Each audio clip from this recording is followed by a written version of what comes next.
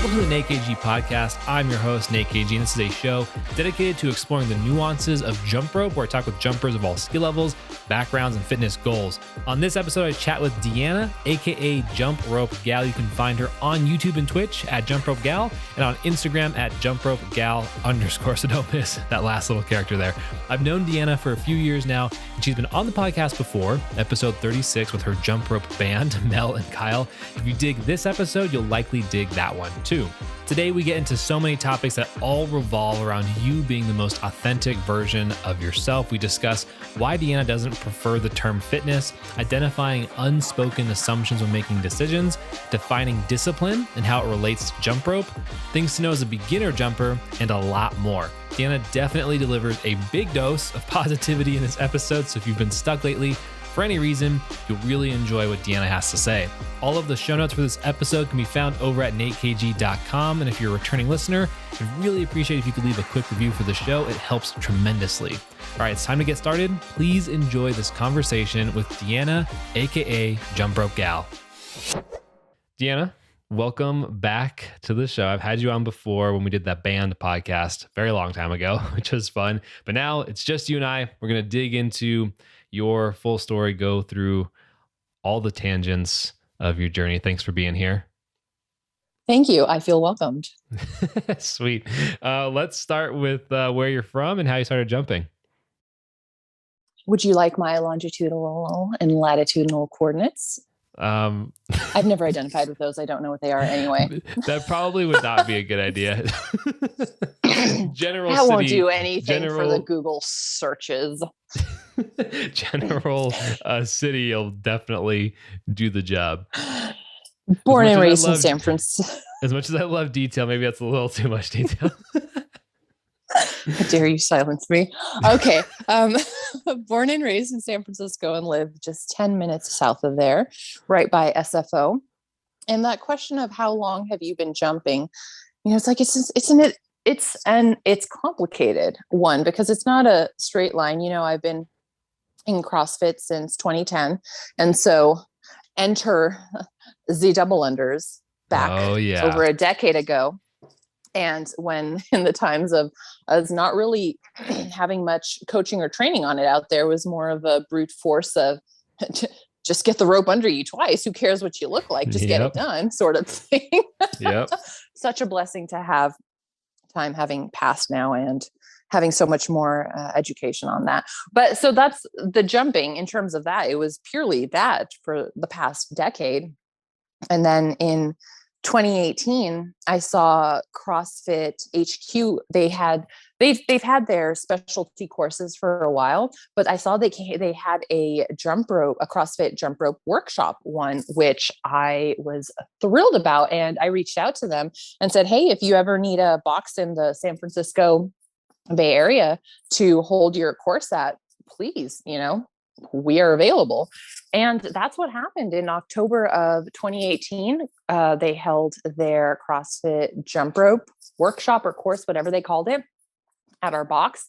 And that really opened my eyes to all the more that there really is with jump rope. And it started snowballing from there, where, you know how our phones listen to us, and then Facebook decided to show me a jump rope group in there. It was nice. the CrossFit jump rope group. And at the time it had, now it's still got tens of thousands. At the time it had like 60, 70,000 members in there. That's cool. And just seeing all the different types of jumpers. And I was very drawn to the skills, freestyle skills. And I was just fascinated by that stuff. And that's how I started, through osmosis of watching that, learning the different jump rope skills. And it just picked up from there.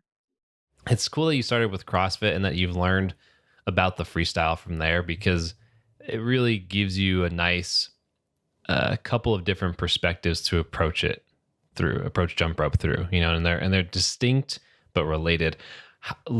Before we get super deep into the jump rope stuff in terms of the, when you picked up freestyle and what happened then, before we get there, I'm curious about your history with different sports. I know that you have tried many different sports. I'd love to know about all the sports you've done, and why some of them stuck and why some of them did not stick so much.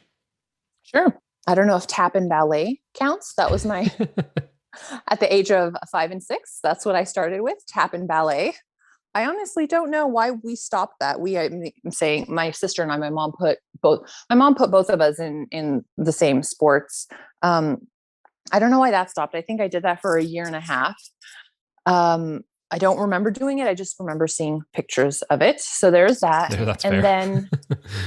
then swimming. I was a competitive year-round swimmer from ages 9 to 18. That's a good, good run. That was a huge chunk of my life. That's where these football player shoulders came from, if people were wondering. It's from swimming. So, side note, it's trippy because when we do things like that at such a young age, when our bodies are still developing, I just, I think of, what if I was never a swimmer? What would my body look like? And I mean, specifically that region, because that region was shoulders were developed from swimming, so it's such a trip thinking that this is pretty much how I've only known myself, is these broad shoulders. And then, the rest of my shape I feel is pretty genetic. And so I just think of, oh my gosh, what would I look like right now had I never been a swimmer? It's just trippy to think about because, like I said, I started that at 9, and like all the pictures you see of me, like from back then, it's like I developed the shoulders like right away. So, or even to think of it like the reverse as well. Like obviously plenty of sports have a specific body type that lends itself to being mechanically efficient in whatever that discipline is. mm-hmm. And it's interesting to think like, yeah, like what, like how much of, in this case, obviously shoulders, a huge amount I would imagine came from obviously the training. That's a lot, but it's interesting to think like, which one is the chicken, which one's the egg for a lot of folks. So true. So true. And, like people, you think of basketball, there are shorter basketball players who are drawn to that, but, just like there's probably a lot of taller guys, gals who, maybe haven't even pushed in that direction just because of their genetic makeup and what they look like. And like you said, their body type lends itself to that. So it's a very good point. Yeah. And it's interesting too in the competitive jump rope realm as well, but we will put that one aside and get back to your sport history. No, I'm getting back to it. Yes. Yeah. And so that was at 9. Around that same time, I also joined gymnastics, which I think I stayed in till I was 12. That's such a great mix. Like personally, I personally feel like gymnastics is such a phenomenal sport to begin with because of everything it sets you up for. And to do that with swimming as well, that sounds like such a great complement of sports. There's more sports going on at the same time too. Oh.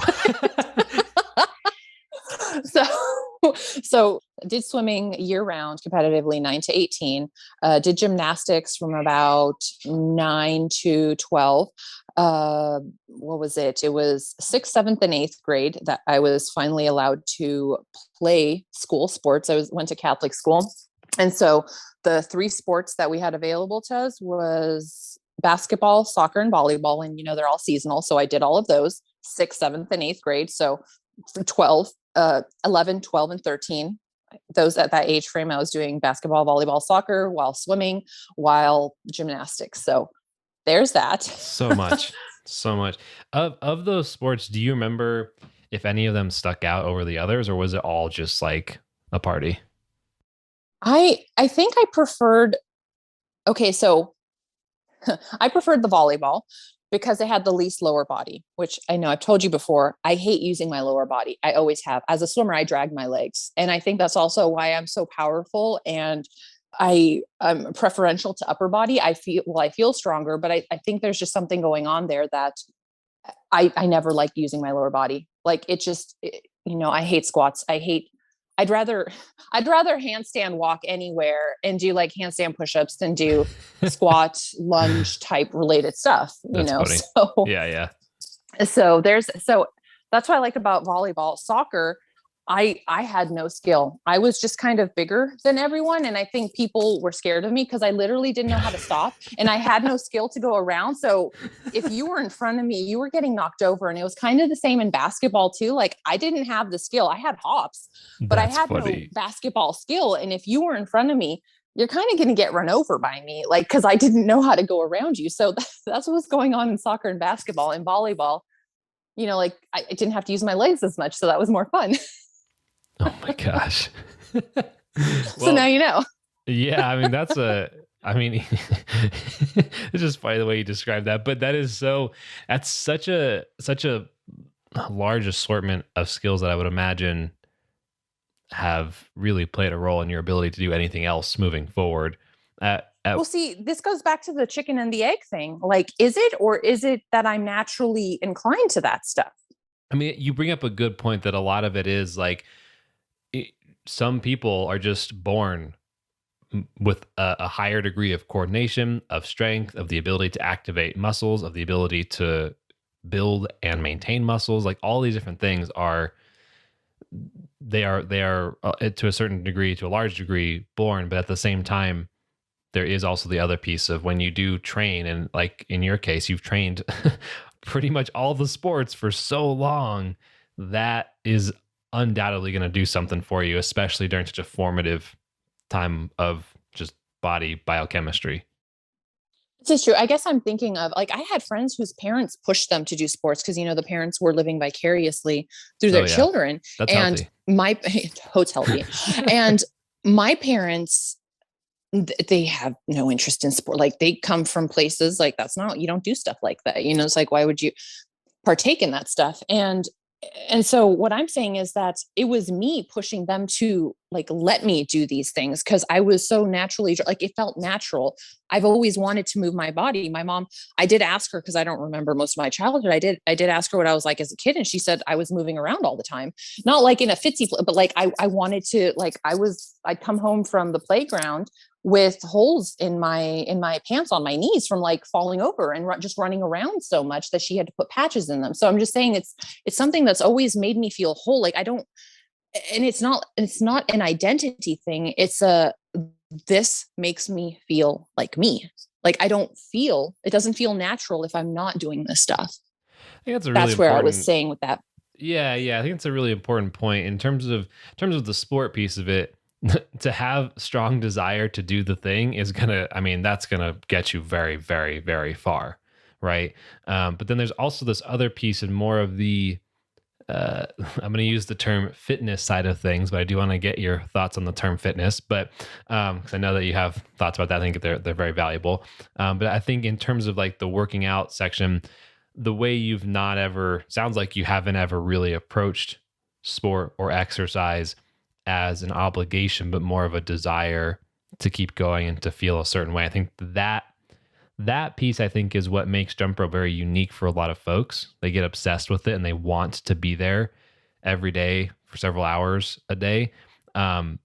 Let's get into your thoughts on the term fitness, and let's get into just general thoughts on what I just articulated. I'm going to backtrack too. Do it. After there was no more age group swimming, then it just turned to regular, 24-hour fitness, regular Globo gym until I was 28 and came across CrossFit. And so 28 until now, over a decade of CrossFitting and turning it into a functional bodybuilding type programming that I'm currently following, along with the jump rope, is then what's kept me going in from then to now. So just wanted to fill in those gaps that I've already forgotten your question. What was your question, sir? Question is thoughts on the term fitness and just thoughts on treating exercise as something that you are trying to do more of rather than as an obligation. And feel free to run around this as much as you want with whatever subjects that come up. You don't want me to jump around it? You'd rather me run around? Come on, what podcast are we doing here? Fair point. Jump around. Get it together, Sir K-G. So as you know, as I've told you, I can't stand the term fitness. I don't use it. If I do, maybe it's to connect my thoughts and get my message across, but I don't even remember last time I've used the word. I feel people compartmentalize. And when a lot of people see the word fitness, I feel it's automatically this negative and this chore and this separate part of their life that's compartmentalized, just like I can't stand the word diet either, because none of that stuff is natural when you have to start compartmentalizing stuff. And I'm not saying we're working out all day. I'm not saying we're eating all day. I'm not saying, all these different things that are natural parts of what we need for our nourishment, nurturing, fulfillment, and our filling ourselves up with ourselves.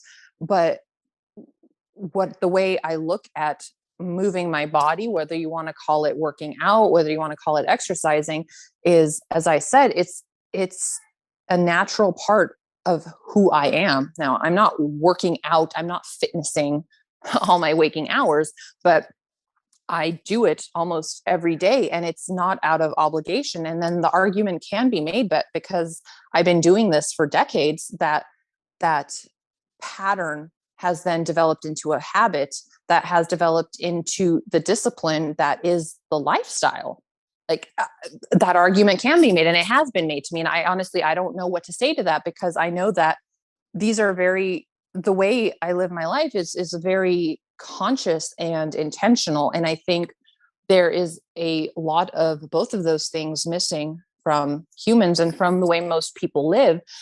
And I think it's from a lack of understanding who we are, because it's not like most of us in our societies, in our families, humanity as a whole, we weren't really taught to know who we really are. So we're making decisions from this place of whatever programming we have, as opposed to what feels natural for me. How do I want to show up in my life? Like what's asking to be expressed and experienced through me in this every now moment, from now to now to now to now.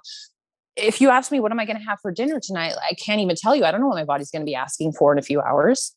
I'm not going to plan that. And I think that there's been a lot of control, and which I hate that word, a control and managing around, what we put into our bodies, how we spend our time, what workout programs we follow, just all of that, where it's not natural. And my whole philosophy, as of a few years ago, in understanding this and understanding more of understanding who I really am, is I want to be aligned with what's natural, meaning innate in me. There's an innate intelligence with all of us that knows far beyond what our cognitive brains could try to come up with in deciding and knowing what our body needs, what it's wanting to experience and express, like I said, in every now moment. And so with the word fitness, I think a lot of people will see either what's trending, what's the fad at the time, what has been shown to, what's the most popular thing in terms of, losing weight, having a six pack, reducing your calories, the numbers on the scale, whatever is going on at the time. And that's what they hop onto, and they don't stick with it because it's not enjoyable. And so two, it won't be sustainable. So therefore it won't be a lifestyle. What I do feels natural to me. How I work out, whether it's jump rope, whether it's the lifting, whatever it is what feels very natural to me. And if I don't do that, I don't feel like myself. And then I'm out of alignment with myself, and I'm out of harmony with myself. And that's not how I believe we came here to live. You don't see the trees and the flowers outside fighting each other for sunlight, or forcing each other to try to hold a certain tree svelte shape, like they just be.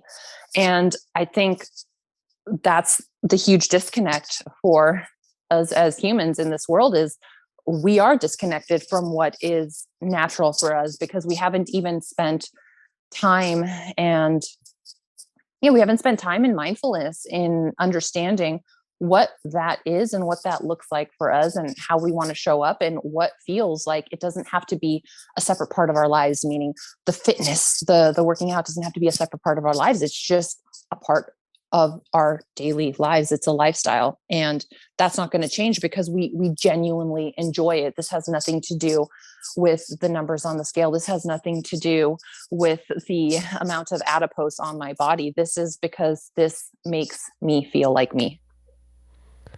Did I answer your question? There was other questions there and I forgot what it was. I have a couple things I want to follow up with that.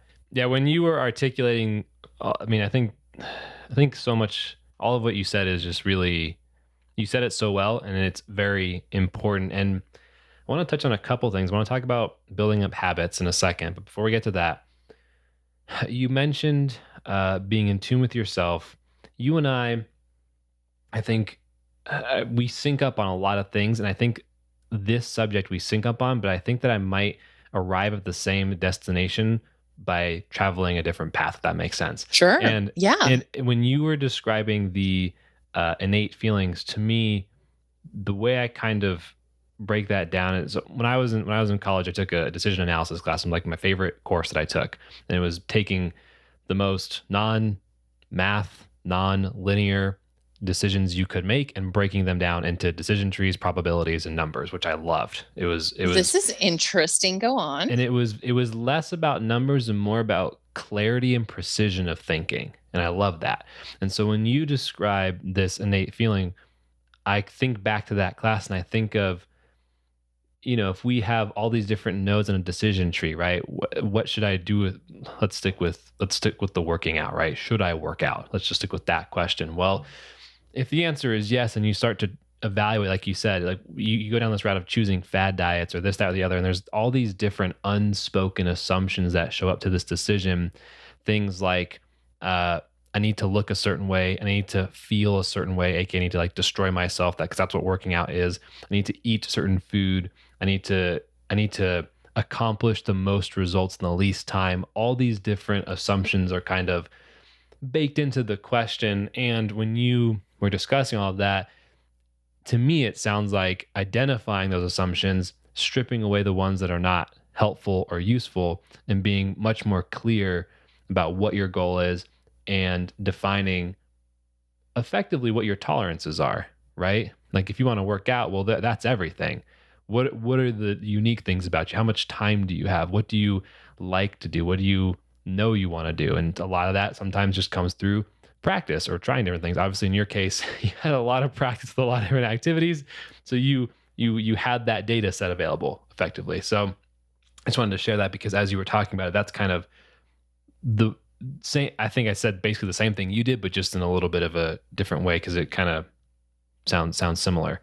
Thoughts on that? And I think, yeah, what's coming up for me is what I tell people is follow your curiosity, because this is another thing. I think people, and I fall into this too. So I'm not saying this like I don't, I know I do, but I become more aware of it. And especially with physical activities, I'm hyperly aware of if I'm curious about something that's something innate within me saying, hey, nudge, nudge, check this out. I'm not saying this is going to be my lifelong thing, but there's something in it that is going to benefit me somehow, whether I still never ever tried Pilates, even though I'd really love to. It's strange because I love core stuff. So like even something like that, where it's like, I'm interested in taking a Pilates class.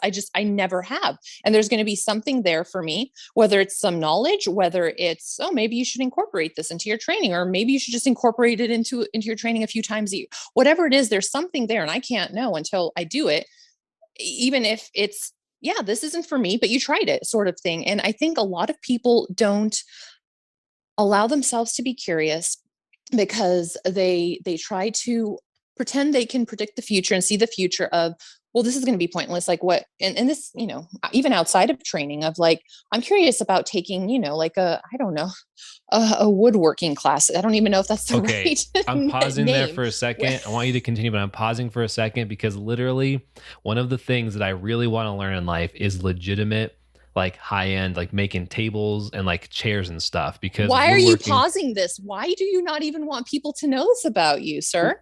Well, I'm pausing the conversation to articulate this because it's so like, it sounds so random, but like I watch videos of people like doing woodworking. I'm like, that looks is that amazing. Random that I even brought it up then? I mean, I don't know.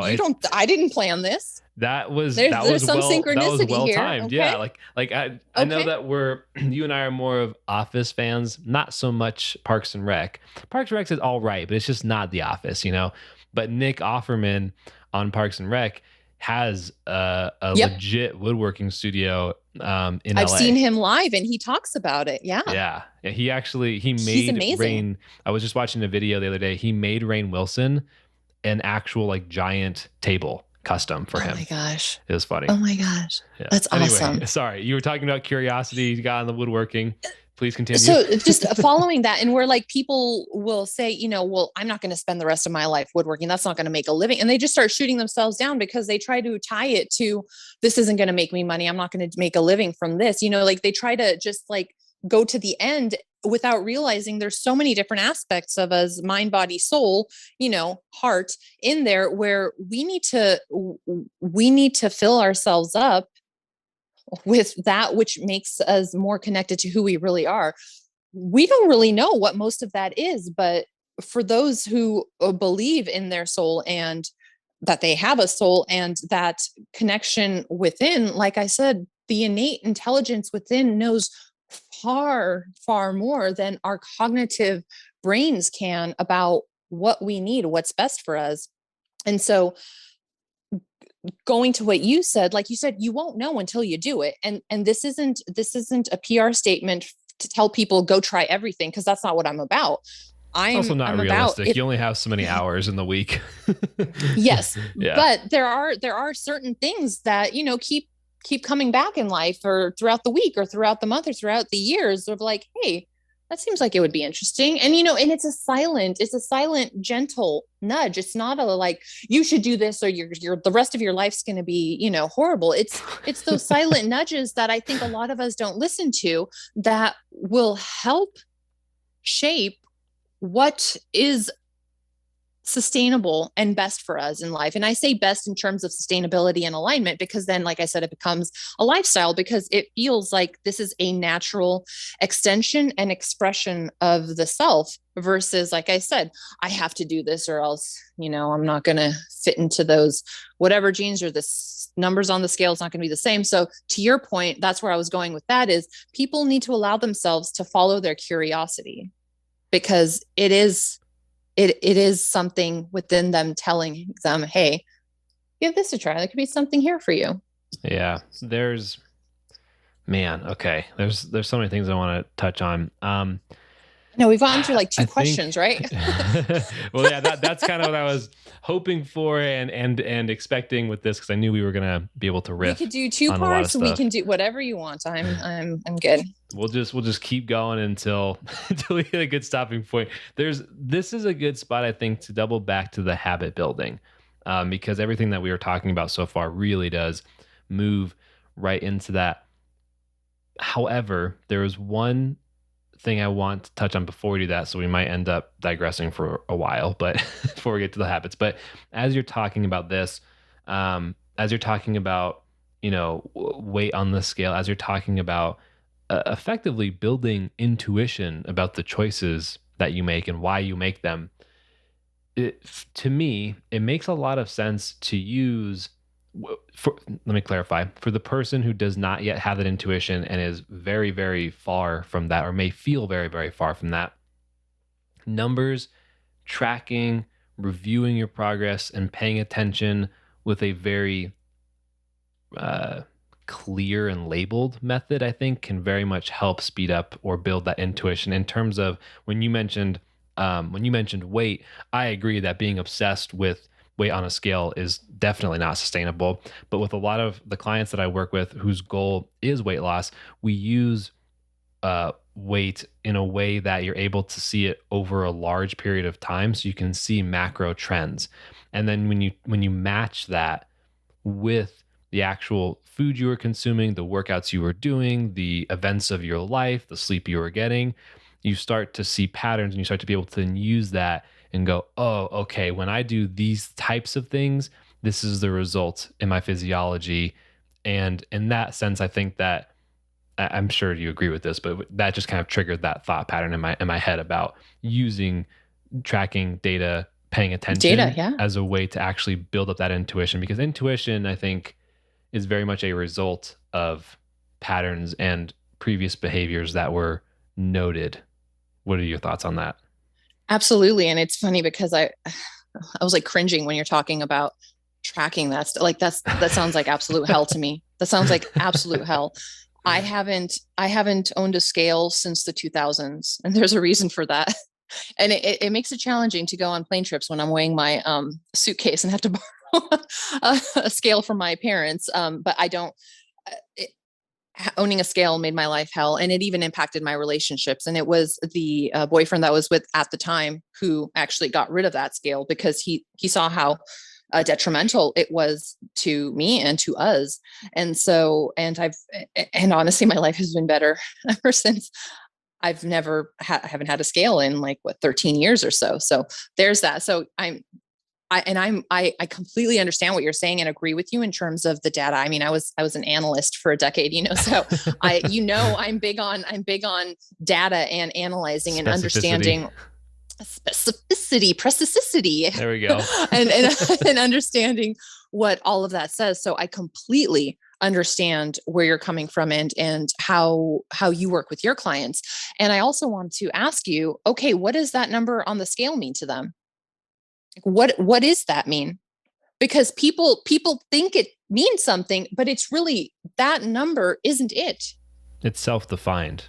It ultimately comes down to whatever your goals are and what makes sense for your life, I think. Yes, but what I'm saying is that number on the scale, people think it means. Gotcha. It has connotations. It comes along with assumptions.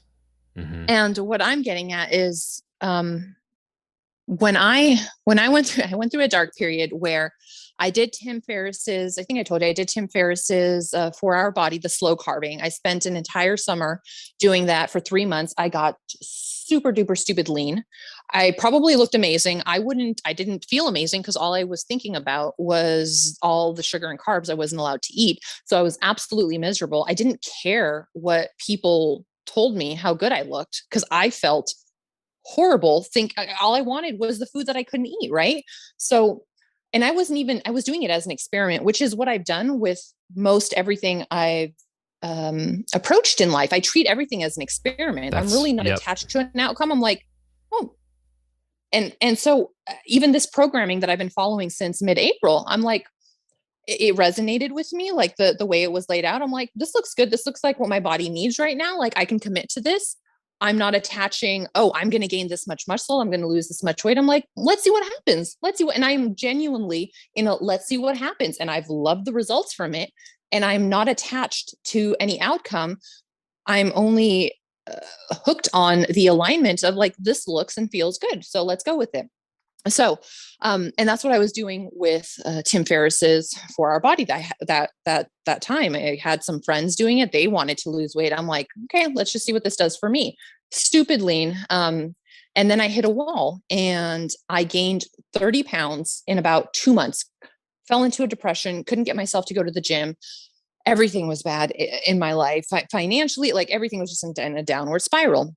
And so what I'm getting to is a couple months after that, I joined CrossFit. I was CrossFitting myself at the gym before that. And then I joined CrossFit because I said, I know myself. And if I pay someone to train me, even in a CrossFit type setting in classes, I'm going to show up. And I knew that about myself. And even at the time I couldn't afford it, but I'm like, this is what I need because right now I myself cannot get myself to a gym to work out, even though I know this is what makes me feel good. Like that's what happens when you're in a different state of mind, when you're, in a depression. And so I joined CrossFit. This is December 2011.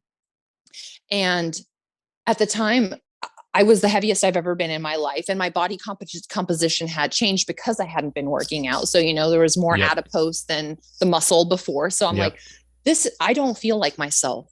I don't feel like me. Yes, I wanted the numbers on the scale when I went to a cousin's house and weighed myself. Like, yes, I wanted that to go down, but I'm like, this just does not feel like me. So the first day I was in class, and I'd never experienced this before. After we were done with the workout, I felt like I was going to faint, poop myself, and vomit all at the same time. I've never experienced that in my life. Thank goodness none of those have happened. But I'm like, this is, I hadn't been working out for some months. And so that felt horrible. Okay. Second day I came I still felt that, but after class, I had this, oh my gosh, this is why I do this. In 2 days, I didn't lose any weight, right? But that feeling of this feels amazing. I have missed this feeling, this sense of accomplishment that I have after this workout that has left me feeling like I'm going to poop, pee, faint, and vomit all at the same time. Like, this is amazing. There was this switch right then.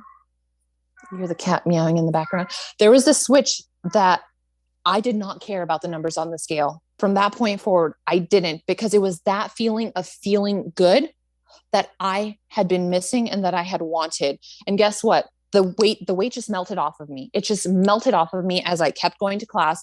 Didn't care about the scale. Like, I didn't even care about what my body felt like, because that feeling of feeling good superseded everything. And what I was getting to with what you're talking about is people will think that number on the scale, that six pack, that having that specific partner of their dreams, they will think that those things are going to give them that, when it's that feeling that they want. So this is what I talk about. There's a big A and a little A, a little agenda and a big agenda. The little agenda is, I need to, see this number on the scale. I need to have the six pack. I need to restrict the calorie, whatever it is.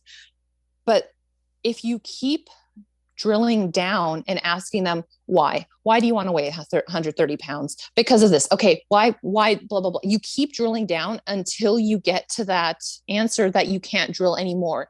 And the answer is because they want to feel good. And that's the big agenda.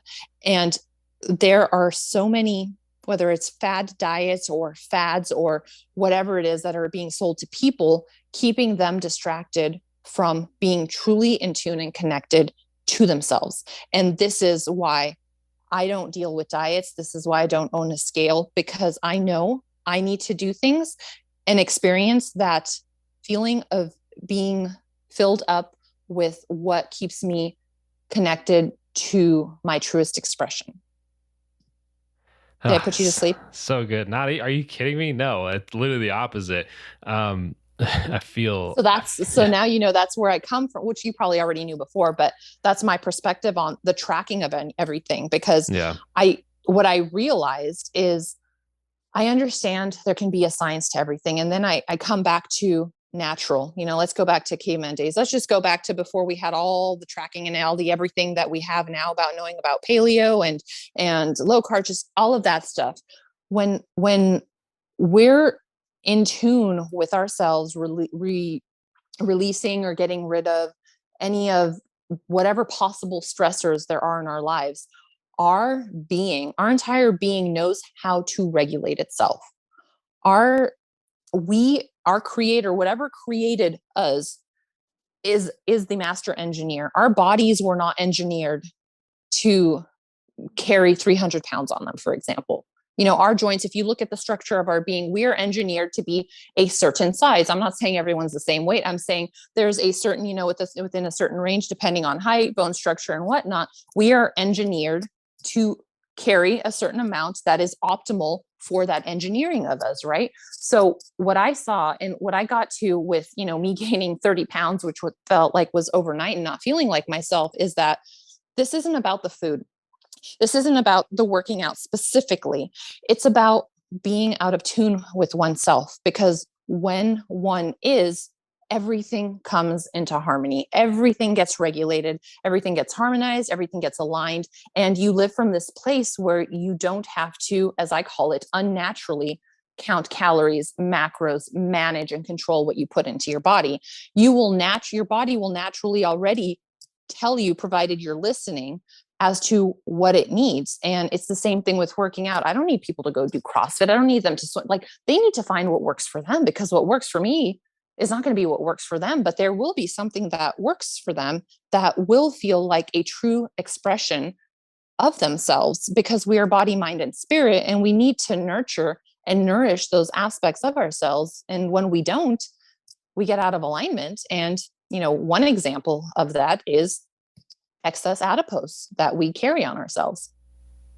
And it's the easiest to visually see and notice. I think I agree with 99.9% of that. The only asterisk I have is that you are very in tune with yourself. And that is something that I think a lot of folks just don't have, or have a hard time getting to because of all of the wild amount of nonlinear misinformation, right?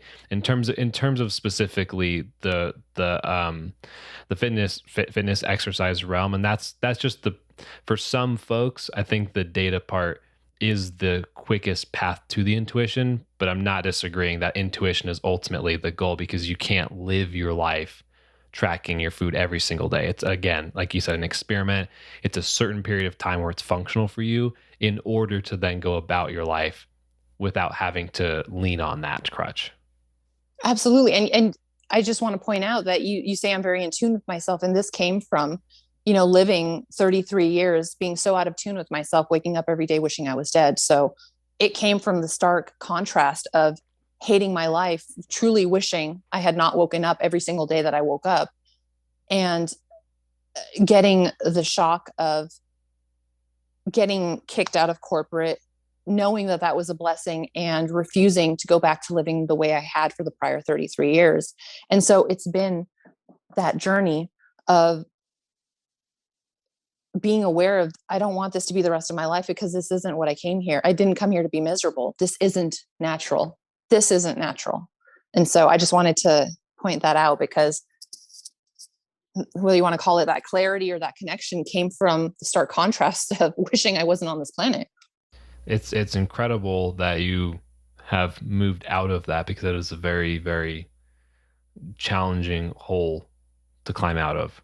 Like you said, it's a journey, though. It's not an overnight thing, right? And my question about that is, I mean, as you're describing it now, there's a lot of optimistic undertones or layers much beneath the surface of, this can't be my everyday. Like, there's got to be, like, this isn't natural. Do you feel like the optimism is post all of what you've described? Do you feel like there were pieces there that were buried? Do you feel like optimism is like, it's in you, it just took a while to come out, or did you have to build it up? I know that's a lot to ask, but I'm curious your thoughts on the optimism that you have now. Has it always been there? Has it not? I don't even feel I have optimism. Honestly, I attribute it to logic. And I know a lot of people won't agree with this, but I'm a very logical person. And I guess marrying that with my philosophy of nature's not struggling, nature knows what it's doing. There's this intelligence there, where I marry my logic with, this doesn't make sense. Like, it doesn't make sense. And regardless of whatever people believe about a creator or whatnot, or the universe and that energy, it doesn't make sense to come to this life and struggle and just get by and survive. And by all means, I am not fully living what I feel and believe is really true. So I'm still on that, figuring that out, but I'm no longer wake up every day wishing I was dead. So I can say I've made progress in that sense. And sometimes that's all progress looks like. It won't look like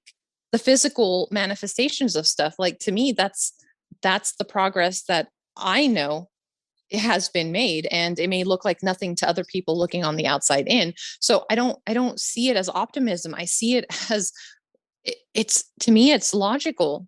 And I use the term, it doesn't make sense. And usually when I say sense, it's probably that non-physical sense that I'm talking about, because that's what really sticks with me a lot of times when I can't even explain stuff other than I find myself saying, this doesn't make sense. It's like this inner sense that's not of the physical senses. So that may not be an answer that makes sense or that you want to hear, but I don't consider myself optimistic. Just like, what is natural? I mean, your logical facts do trend in a positive direction, so we can just use that as our definition for marketing purposes. Oh man, that's funny. I think that, so let's now we're gonna get to habits. Because everything. Weren't we trying to do that half an hour ago? Yeah, we were, but there was too many good things to get to along the way. And to be quite honest with you, everything you've articulated to me defines how to go about building a habit. A habit is not something, well, it could be something temporary if you're doing an experiment, right? But the intention of the experiment is to figure out if that's going to become a day-to-day thing. And obviously, all day-to-day things, sometimes we don't do them that day because sometimes you just forget or it just doesn't happen.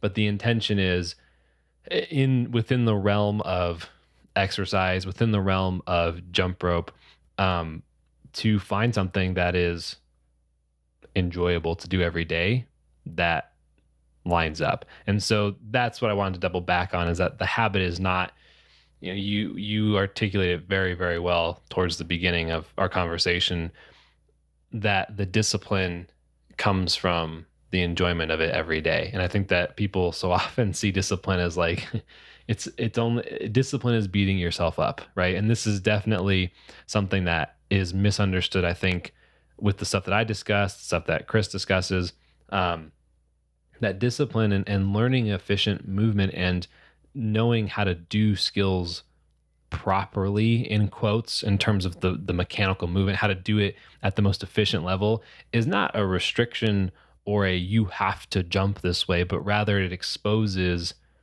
the highest level, which then allows you to then back it up to any other style you want to do. And through that, being disciplined, it then actually opens you up to so many other opportunities to change and to test different things.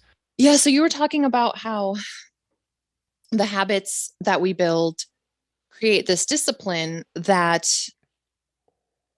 basically we're doing what we enjoy, right? But I want to play devil's advocate here, where there are a lot of times, unless you are a far superior human to many of us, which I wouldn't put it past you, that there are times that we that we don't want to work out. We get comfy, in bed, let's say the weather's yucky outside, we're all nice and cozy inside.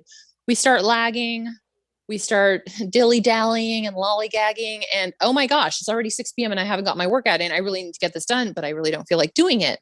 So I don't know if you've experienced some of those days. I can say I have. Of course, yeah. And what I want to say to that is, what I want to say is, no, it doesn't feel enjoyable to go do the workout at those times. It doesn't. I'd rather stay not doing it. But what I've experienced with myself, and once again, I just think this takes awareness, understanding patterns, and noticing when you experiment and when you just do stuff, it adds to your knowledge bank, and you notice these patterns of when I'm doing it, even through the doing of it, I may not feel like being there, but I have a 100% rate of when I'm done, I feel better for having done it. So it does take, I want to come back to experimenting to understand that, where there are those times where I don't feel like doing this. And once again, I don't want to advocate for doing things you don't want to do. What I am saying is that I get in tune with my body and myself and ask, is this just because I'm feeling like not doing it and I've gotten comfy and the weather sucks and I just want to stay cuddled up and warm and I just don't feel like moving? Is it that, or is it that my body is truly telling me, Dee, you need to rest today? And this will be something, I don't know what's going on in the cosmos, what's going on in my body, but my body will tell me, like, no, working out today is not going to help harmonize you. And so that is a lot of trial and error and being mindful. So I don't want to say that you build a discipline and, to your words, of you then enjoy it. It's not like that all the time. It isn't like that most of the time, because this has become part of my lifestyle, and it helps connect me with me and makes me feel whole. But there are those times where you don't want to feel like doing it. And sometimes it's because you've just, let the hours pass on in the day, and now it's late, and you're like, oh, geez, it's almost dinner time. I still haven't worked out. But then you have to come and see, well, is it just you doing this to yourself, or is it your body telling you, hey, you need to take today off, sort of thing? So I just wanted to throw that in there with the talk of discipline and habits and enjoying it, and knowing that and understanding that there's always different things going on in our beings. And sometimes, no, all the times our innate intelligence knows what's best for us, and we may be trying to override it with our cognitive brains. Now, that's a good point. I think that I should double back and I should take a little dose of that precision of thought that we talked about earlier. The enjoyment. Let's define that a little bit more clearly, because I think I didn't fully articulate, or not fully. I did not correctly articulate the idea, which is, as somebody who does enjoy training speed step, I can assure you that it is very rare mid workout that I'm like, wow, I'm just really loving this right now. It is Uh-huh. not so common, but the enjoyment is I guess we can call it a higher level enjoyment in terms of the, like, your big A and your little A. What's your real agenda? Your real agenda is to feel good. Your real agenda is to be proud of the results that you've gotten from your efforts. The big agenda is these types of things. And so I think you're totally right to clarify that there's a big difference between you shouldn't work out today because your body's feeling rough and it needs a rest day, versus maintaining this habit because there's a purpose that you've already clearly defined as being worthwhile that you're striving towards. And so Hmm. in that That's sense, the word, right? I just wanted to point that out there. That word worthwhile is huge. And I'm sorry to cut you no, off, go but it's ahead. just I've seen so many people who who'll ask me on Instagram about, why do you do, because you see my posts. I'm not I'm not a smiley model there. I'm very functional in what I do. I'm trying to not face plant. I'm trying to not kill myself. And they look at me, why do you do this? If I've said I spend most of it when I'm learning a new skill. It depends what skill, but some take longer to learn than others. I never know when I'm going out there if it's going to take me 5 minutes to get or it's going to take me 3.5 hours. I can tell you when it starts getting closer to the 3.5 hours and then the 5 minutes, I'm cursing up a storm. I'm frustrated as all heck. I'm actually hating life in those moments.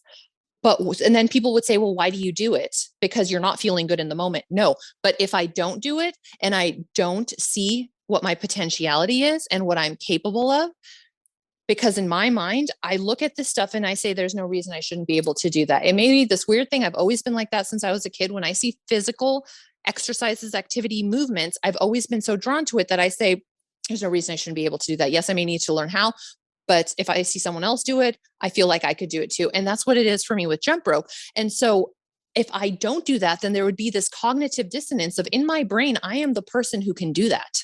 I'm a person who can do these skills.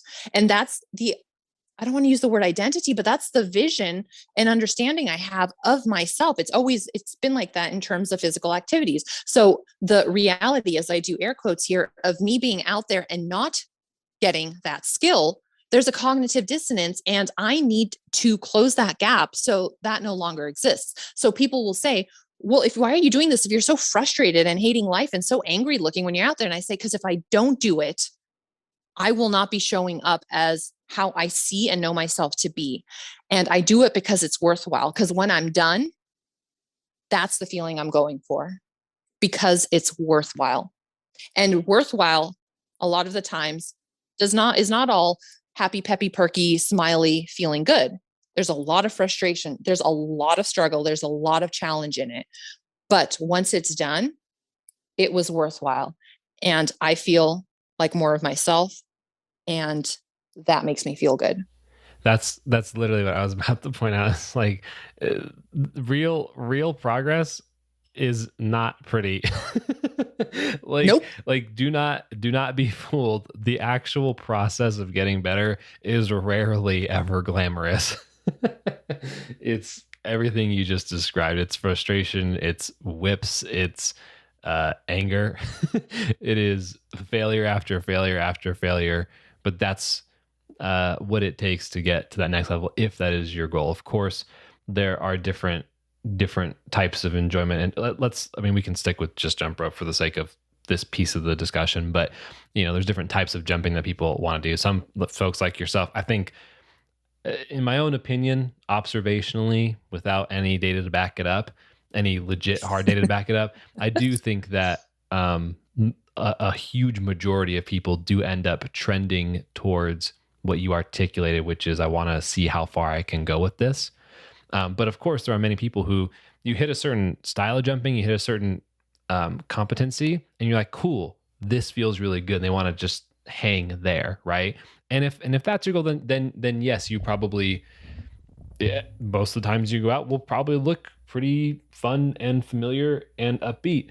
But obviously that's a much different scenario than constantly pushing up to the next level. And if that is your goal, the constantly unlocking a new skill, the constantly increasing your speed step score, the constantly trying to figure out these new things, and it is not going to be all smiles and rainbows. No, and what's coming up now is you're saying that. I mean, it sounds like, and I know it sounds horrible because I don't agree with this, but it's like we're living in a place of, or in a constant state of beating ourselves up. And I'm not placing a judgment on it, even though I don't agree with beating ourselves up. But as I'm thinking of this place of growth that folks like you and I are in, that's what it takes. It's like, think of the birth process. It's like a constant new birth process with the growth we're trying to unfold into, with the competency, the proficiency that we like to achieve and attain and live from. And it's not pretty. It's not pretty.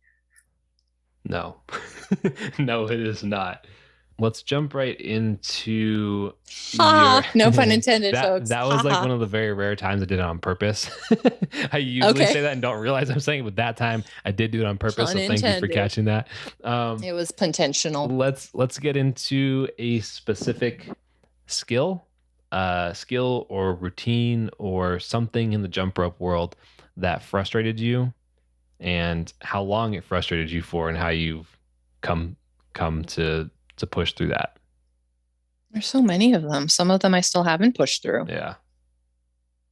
I mean, there's some things that don't seem logical to me as to why I can't get with, like, my hate relationship with the TJ. Yeah. My first love, the TS, when I first saw someone do that, I thought it was one of the most beautiful things I've ever done. I could get one and then the rope would stop. And I couldn't figure out, why is the rope stopping? I mean, you and I and most people listening to this will understand why, but there was something, there was no one teaching this stuff. I think at the time, Mike, Let's Jump LA, he had his 1 minute tutorials out. I don't know if he had one on the TS or not, but me learning the TS was through brute sheer will, force, and repetition of failing upon failing, not having anyone to help me or correct me, and just doing it. And then one day, oh my gosh, I just got 4 in a row. And I don't know how that happened. And then realizing what was not happening before to cause the rope to keep from moving. And so, I mean, but come to the TJ, there was one day last year in September where I randomly decided to do it, and I was able to get 9 that day. Haven't gotten any since. So, yep, that's this isn't something where it's like, oh, D, you suck. It's like, no, I know I've got hops. I know I've got an understanding of what's going on, but obviously there's a disconnect somewhere in my brain. I don't think it's a physical thing. I feel physically very competent and capable of doing a TJ. There's something else going on that I'm not connecting with my brain and my body. And it's like, I have to accept that. I'm not saying I have to accept that and never go for it, but I'm not beating myself up. It's like, geez, I suck. It's like, nope, there's something that's not connecting. I don't know what it is. But well, that's a very that's common, what's going on with that one. Yeah, it's a very common process with skills. And I think now it's probably a good time to point out that when it comes to learning jump rope specifically, I mean, I'm sure this applies to other things as well, but with jump rope specifically, let's make it visual. The distance between your unlocks gets greater and lengthens the more talented you become in jump rope. So as you're learning a lot of those intro skills, as you're learning, some foundational freestyle stuff, the unlocks are relatively frequent. It might feel like it's taking a long time, and maybe in some cases, if you're not able to practice very frequently, maybe it does, but they're relatively relatively close to each other. But later on, when you get to things like the TJ, like you're talking about, and I know you specifically have worked in a lot of higher level combos and different skills there. They just take so much longer to learn and to lock down and to get. And that a lot of folks, I think, feel very disheartened when they're able to unlock like a new skill every single week for like months, and then they hit this like wall of just not being able to unlock things quickly for two reasons. One, because of what I just articulated about it being, it just takes longer, but then also there very likely are a lot of bad habits that have been cemented at the beginning stages that have now built up that wall to prevent them from progressing. And so in your case it's different, but in your case I think it's just that you're going for much high level skills, but that is a very common process for all jumpers regardless of who you are. Even if you look at in like the high level efficient competitive jump ropers, there's still a wall there and there's a lot less unlocks proportionally speaking.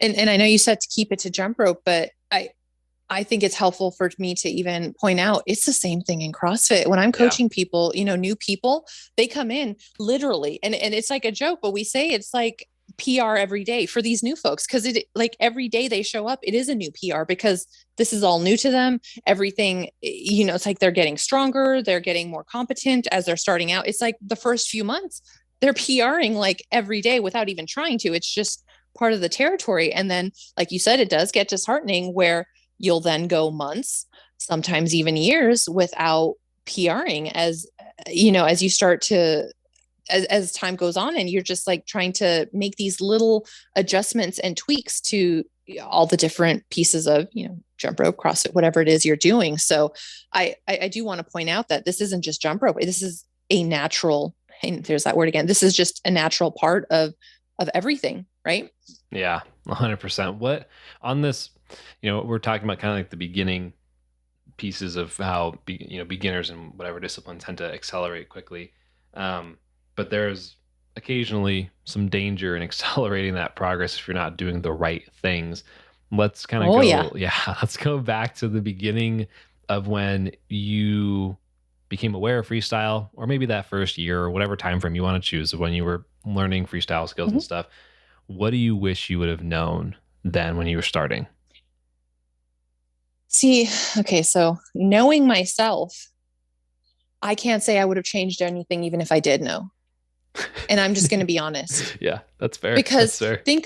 think about how real your situation in your every now moment feels when your body's feeling fine, you're feeling fine, you're really enthusiastic, you're really amped about what you're doing. You're like, no, I don't feel it.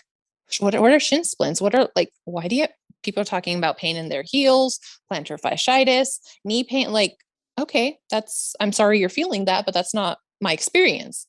And that experience of feeling fine is very real because it is real in that moment. Right. And so when I hear this question, and I know I'm still going to tell people, if you're going to go do a huge set of double unders, going to do a lot of jumping that day, I highly recommend you do the foot rolling and the calf smashing. It is not just a thing to say. It is something that has actually helped me after having all these years of jumping and noticing when my heels start hurting. Oh, what did I do that day before? Oh, that's right. I was trying to max out my double unders, or I was doing huge sets of double unders. Like I realized what gets my feet, and I don't have the shin splints. I do get heel pain and I get calf pain. So that's my thing. And so I have to do the foot rolling and the calf smashing. But I can tell you, before any of that happened, like, it was just like, okay, that's your problem. And I don't mean that negative. I don't mean that to like cut me off, but I'm just like, everyone has their own issues, and mine wasn't any until that wasn't the case anymore. And I couldn't jump for a few months because I overdid it. So I don't. Let's rephrase it a little bit then. Because that's very valid. And I don't say that to be like pejorative or whatever. I do mean like, that is very important. You get it. Mindset to have. Let's just adjust it a little bit. What are some mechanical changes to your jumping that would have saved you time later on? What are some things that had you known when you started, you would have skipped over a lot of unnecessary obstacles, or unnecessary obstacles or frustration in terms of skill acquisition? Nathaniel, I have the same answer because you know how long I used a long handle rope for? And I A thought long it time. was the end all be all. and and now I only use a short handle. And my rope is the appropriate length. It's not 9 feet. Oh man, And, that's the and bomb though, and the rope's 9 feet, no matter what style of jumping you're doing. it is so funny when I had Chris tell me after I started going to his short handles and his thicker cord and a shorter rope, he had told me, and he never said it before, but he's like, I have no idea how you did the releases with that rope. And I look back on Yeah, it, I'm like, oh my gosh. And I was doing tutorials with, I mean, I'm going to pat myself on the back for, but I look at it now and I'm like, I need my shorter rope with my shorter handles to be able to do all this stuff now. I mean, I'm sure I could do it with the longer handles, but I just look at that and think I was making my life more difficult back then. mm-hmm. But and this is where everyone's got their own process, everyone's got their path. And I know for me too, I hate to, like, I know you're not getting the answer that's probably good to put out there, but for me, I have my own process to go through. And even if you tell me something is better for me, for whatever reason, I will stick with what feels best for me at that moment until it no longer does. And that's when I Yeah, change. that's fair. And that's my process. And I understand that about myself. And I can look back and say, it took you longer to do certain things or to tighten up your form. And I'm like, and I'm okay with that. I'm okay with that being my process because I know that's how I operate. I can't say much will change about me. I will say I am open to hearing all this stuff, whether it's jump rope, whether it's anything going forward. I am open to that. And then I just take it in and see what resonates as true for me in that moment. Yeah, And that's how I operate. yeah, that's fair. That's fine. I mean, Yeah. also you did mention the difference that you felt with long handles to short handles in the rope length. So that's, I mean, that's totally. Yep. Hey, you And then still got an answer to the question, so it counts. that's the only part that's going on the podcast. Hey guys, I have a special episode today. It's literally 5 minutes long. That's it. Nah, I'm just kidding. All good. Yeah, this has been really good. I think we should work towards wrapping up.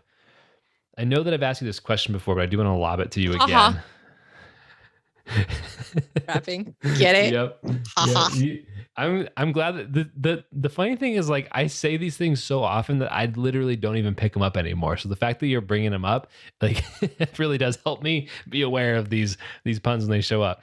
But yeah, let's touch on the last main question of the podcast. I know that we have touched on this before in the previous podcast, but I do want to revisit it just to hear your thoughts. And the last question is, what is jump rope to you? Jump rope is an opportunity to express an experience what's being asked within me to be expressed and experienced in that moment. So that also translates to jump rope is an opportunity for me to show up as who I really am in that moment, to experience and express what is feeling most true and in alignment for me in that moment. I like it. That is great.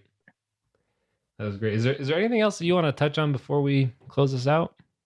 I'm just thinking there's so much out there that is a distraction. I'm not saying this. I'm just saying in terms of what I'm thinking of, what do people really need to hear? Like, what do they really need to know? And this, us saying it doesn't automatically instill the knowing within them, but like, what do we find important, beneficial, uplifting, adding value for people to really maybe take into account if they haven't considered it before? Maybe they have heard it many times, and maybe it's the time that the millionth and 13th time that we say it, that it really just lands for them. I don't know. That's what's coming up for me. Let's do this. I'll have an idea that kind of goes Oh, along. you're going to censor me now, huh? No. I have an idea that goes along with that and kind of goes along the theme of everything that we've talked about, most things that you've brought to light during this podcast. And I think I'm gonna put out a couple sentences, and then if you want to riff, you can riff. And it's that the way that you see other people jump roping, the way that they present themselves, the styles that they choose is not necessarily what you have to do as well. And even though you may see a lot of patterns of jumping out there, you may see a lot of consistent styles, jump rope is so wide ranging. There are so many different avenues that you can explore. You do not need to do only one of them. You can choose to do just one at a time if you want to, if that makes sense for you. But there's so many different things to do that, though you might see certain types of jumping that are most common during certain times of the year or whatever, just know that jump rope is very open to loads of different styles and that you can explore and keep testing. Thoughts on that? I'm just sitting here with a huge smile on my face because you basically answered the essence of the answer that I had. Oh, sweet. It's, and I always go into the global of, not only in jump rope, but I can tie it to jump rope too, where do what you're feeling called to do. It's great to take inspiration and learn from all the plethora of information that we have out there. Do those, use those as experiments and resources and data points of how did this feel in my body when I did it? Like, did I like this? Did I not? And then take all that information. And then when you go out to jump, just ask your body and the rope, what does it want to do? What does it want to experience in that moment? And see what comes through. No agenda. No, this is what I have to do, other than what's coming up right here, right now. What feels true for me to do in this moment right here, and see where that takes you, and be curious about that, because that's going to connect you to more of the joy, more of the pleasure, more of the fulfillment. Forget about what everyone else is doing. Forget about all these vanity metrics or whatnot, because that's not going to be sustainable for you. Do what makes you truly feel connected to more of who you really are.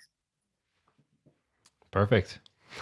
On that note, that's a good place to press stop, or I guess actually pause. I'm sure at some point we are going to resume, but for this episode, we can hit stop. And I think that there's just so much to digest and to get through and to listen to and to enjoy on this episode. Calorie-free digestion too at that. Hey, there we go. Thank you though so much. You're welcome. Thank you so much for that, and for also just taking a lot of time to hang out with me and to chat. And this has really been a really fun podcast. Oh, Sir K-G, this has been absolutely wonderful. It's been absolutely my pleasure. Yes, for sure. I'll let you get back to everything you got going on, and we'll be catching up soon. Sounds good, sir.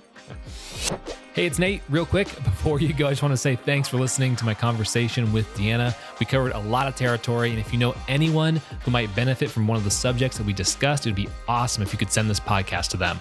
It really does help get the word out about jump rope and to spread all this information that we talked about today.